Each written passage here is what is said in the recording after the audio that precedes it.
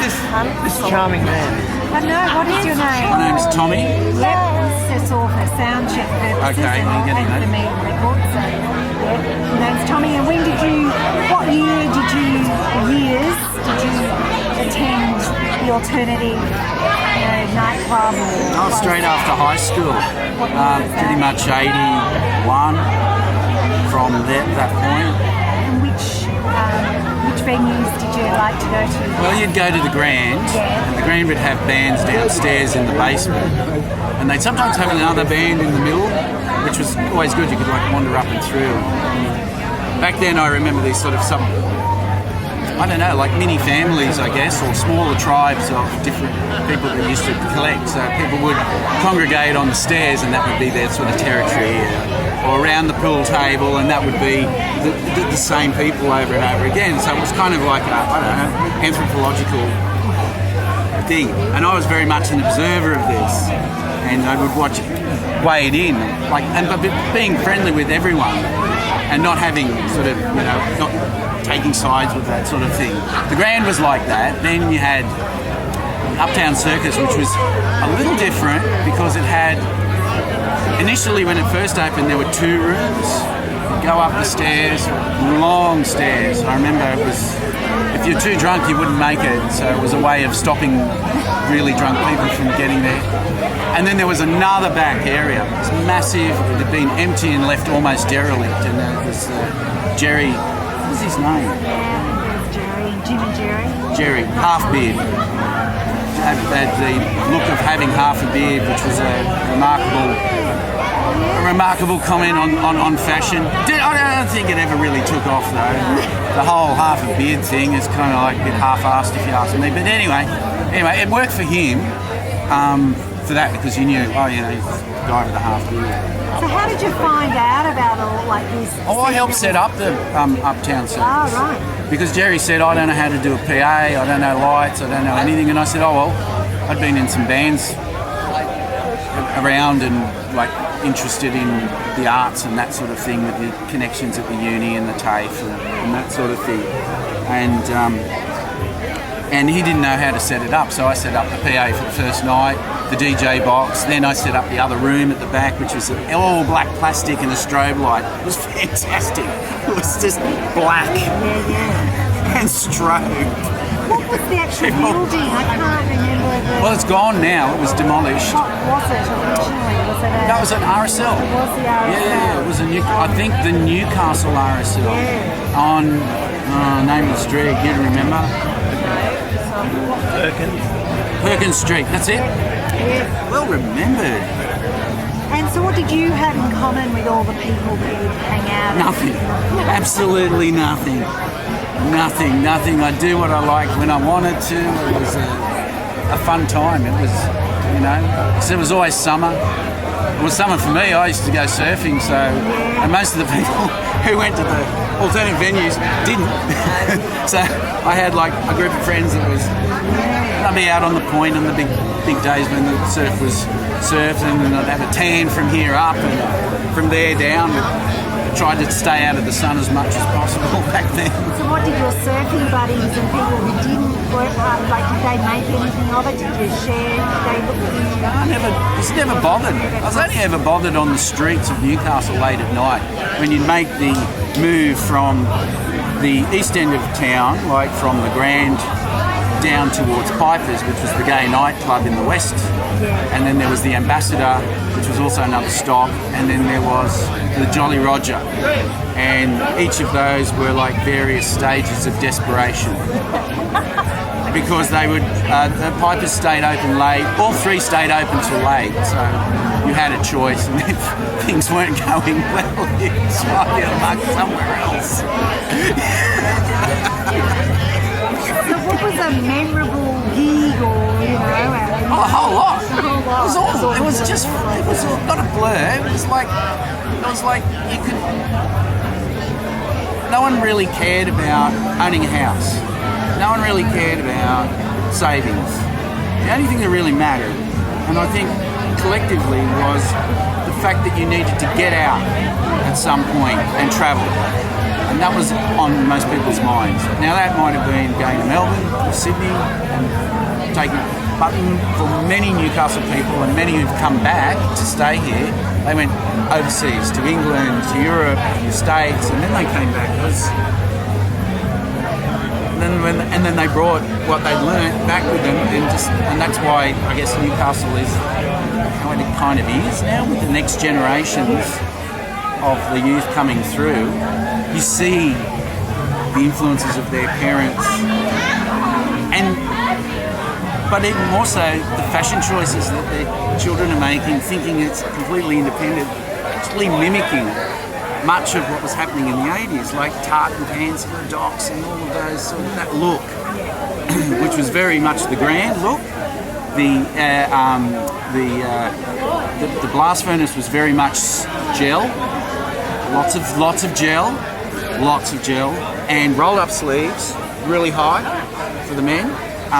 For the women, they liked frocks, particularly from what are those ones from the 50s, the ones that come in there like a corset, sort of bodices thing. They look great, like everyone really took a lot of care about how they looked, and yeah, there was like a huge sweep. Like blast furnace was a bit more like hipster today, so people would be more in recycled clothing from the 20s, 30s, that sort of thing. And Wipers was just like flat out in your face gay, but really nice. Like anyone could go there. Like the Bindens used to go there. They used to get around. Their fashion choice was pajama shirts with a paisley print, and then they do their best to make them look like shirts. And they had a little dance that they used to do. Yeah, and it'd be like looking at the ground and barging into people and stuff.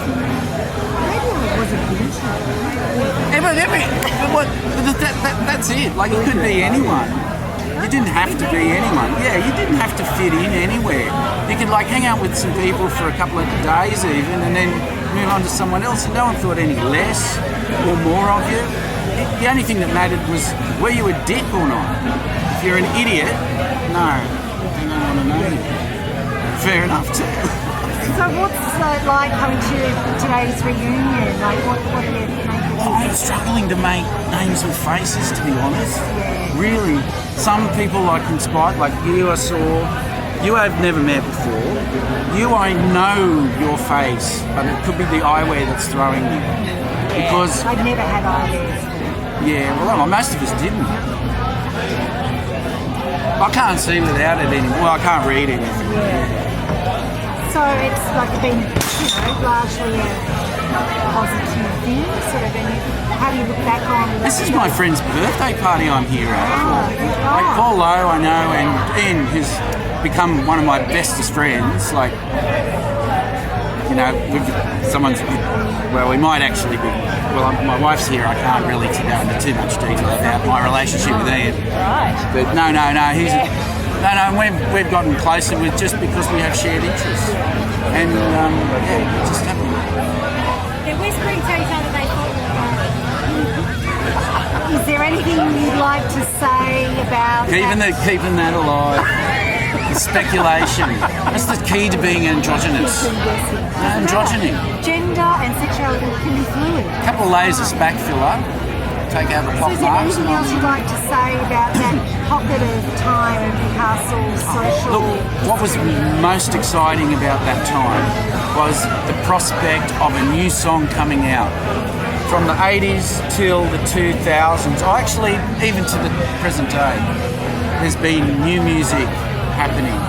Like a complete break from your traditional pub bands of music. Like The Clash happened, and The Cure happened, and the end of Joy Division and New Order happened. So then there's this like disco thing that was just, and it just keeps getting more and more. I mean, we're up to Lady Gaga and we're up to Beyonce and all of these other fabulously glamorous acts, and the music keeps.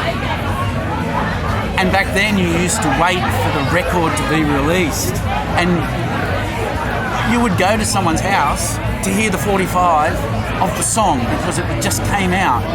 and the excitement that would do. And people had record collections that were like this big, not like today where you've got like thousands and thousands of songs in your sort of collective musical collection. It was very select because they were very expensive, they were very, very special, and you just loved them and you didn't want to scratch them because you wanted to listen to them forever and ever and ever and repeat. You would literally repeat the song. If you liked it at first, it would just go back, the needle would come back and play through it again. And buying into that, the records, just made it just all linked in with the music and the lifestyle. Where did you buy your records? Oh, the Tyrrell's Record Land. Then there was a place called Oscars. And what was another one? Tomislav's brother's place. What was that called? On the corner. Wasn't that Oscars? I thought that was Sounds. No, wasn't that the name of the show? Sounds? No, but it was the same. Sound Unlimited. Sound Unlimited. Well, that was Sound. That's what I was thinking. Sounds. I worked there. But some people would go away to leave to Sydney to go to Red Eye Records and buy their records there because the Newcastle stores either couldn't get them because of the type of marketing that was set up back then. And Red Eye was always a bought big... records as well that you could order because you read a review on an NME. NME was like... down the track. That was where you got all your knowledge on what youth culture was. NME. There was another publication, but it wasn't... NME had Cred, I think. There were other in like... Australia there was Ran and Duke magazine. Yeah, they weren't nearly... NME had the better interviews. They interviewed Susie and the Banshees, and they'd interview all the sort of alternate of the day. And now you listen to it and you can't measure the effect that the song Blue Monday had on a nightclub dance floor in the 80s. And yet, after all this time, you can put that song on and kids like it too. And I say kids, but it's like it has a universal appeal that makes it a classic. Makes it like Beethoven Fifth or something. It has longevity, is what I'm saying. It's like we forgot Rat Cat very quickly. Thank you. Yeah. Thank you. Is that enough? Yeah, awesome.